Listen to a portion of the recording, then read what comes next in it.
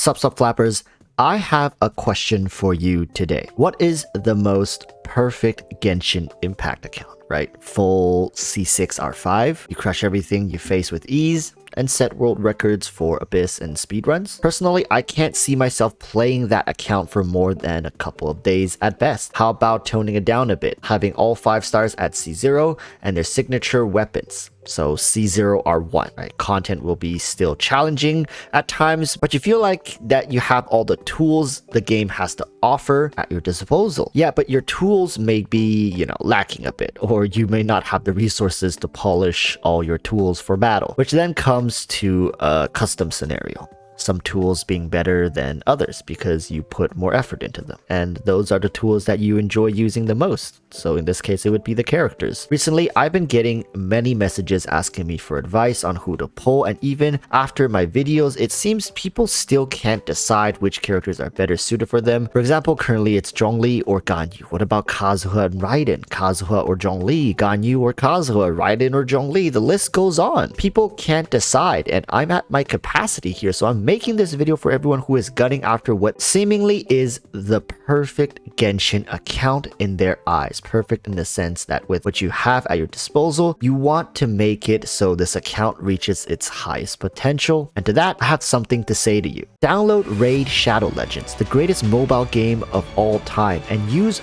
my QR code or links below to download Raid yourself. Now listen, you might think you have your hands busy with Genshin or other things, but nothing quite satisfies that itch like Raid Shadow Legends. Pull for epic heroes and challenge the waves of monsters and game modes the game has to offer. Meet the brand new boss Hydra, the distant cousin of Osiris, with its 6 heads, each having a different effect. The head of Blight's poison, head of Torment's fear, head of Mischief's buff stealing, head of Wrath's damage and taunt, head of Decay's anti-healing, and the head of Suffering's debuff. This new boss is no joke, and it's going to take some time to properly strategize and beat it. So far, I have had a great time playing Raid in between hours of my day, and I gotta say it's quick and easy to pick up but hard to put back down. I love the campaign and lore of the game so far, although I do have to level up my heroes a bit more to find out what happens next. I have never struggled with finding content though in the game,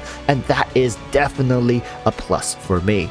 With everything that's happening in Raid this month, you will have no problem filling in the hours of gameplay, from new champions to a brand new faction war crypt for the Shadowkin, and to top everything off, a ton of New Year events and tournaments, which includes a special fusion event where you can get one of Raid's newest legendary champions. There has never been a better time to pick up Raid Shadow Legends than now. With everything going on in the game, I really have to ask, what are you waiting for? Use my link or scan the QR code right here. New players will be getting a starter pack worth almost $30 to help you out, a free champion Tyrell, 200,000 silver, 1 XP boost, 1 energy refill, and 1 ancient shard, so you can summon an awesome champion as soon as you get in the game. I mean, look at the dude right here. Look at him. I mean, no, just look at him.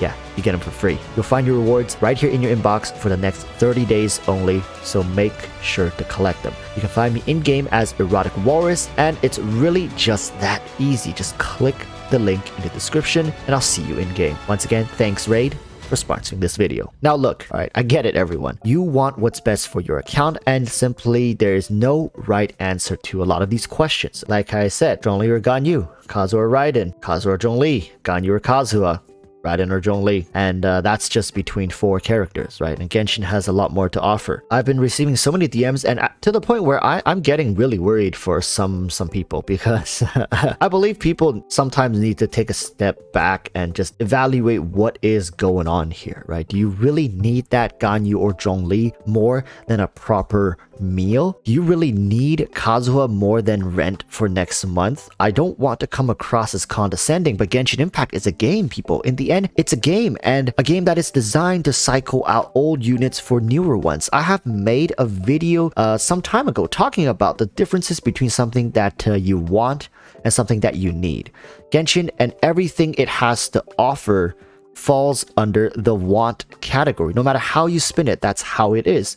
But with that said, it's easy for me to sit here and say this to you guys when I have all of the characters, when I have dropped $5,000 in the game, and I have made videos talking about characters that I've regretted pulling for, and said if I were not a collector player or I were not making content for this game, would I have still pulled for all those characters? And I've said to you guys, there are characters I would have certainly skipped if I could go back and rewind, which further, I guess, adds to this notion of, oh, I can't make a mistake in Genshin because it's so costly, right? It costs me months, patches of primo gems that I have saved, or missing an opportunity could mean 6 months, 7 months of waiting. For Ganyu's case, it's a year of waiting for a character that you missed out on. First to that, I want to maybe ease your concern a little bit, because with how miHoYo's doing reruns nowadays, it could be possible that characters may be getting multiple reruns throughout different patches, and someone like Tartaglia, for example, have been getting more than the necessary amount or the logical amount of reruns. Another thing that I have to mention is that yeah, as cringe as it might sound, pull for who you like. And I get it, you like Ganyu, I like Zhongli, you like both of them. Now who's better, right? So then the next level to that question, the layer just keeps piling on. It's like an onion. It never ends. You peel one back and there's always another question that follows up, and everybody has a different thickness to their onion, a different flavor to their onion. I don't know where I'm going with this analogy, but I hope you guys understand my point. Everyone is different, and making a video talking about these characters and their differences and their strength is not going to help every single person. But this video is designed to maybe help with your mentality a little bit, going over exactly how it is that you maybe just need to let go of some units. And trust me, you might in the moment think, wow, such a waste, I could have done this, maybe I could have spent an extra $100 and I would have gotten both of them. But this is something that I always tell myself, right? What I'm doing right now, what I'm investing myself into,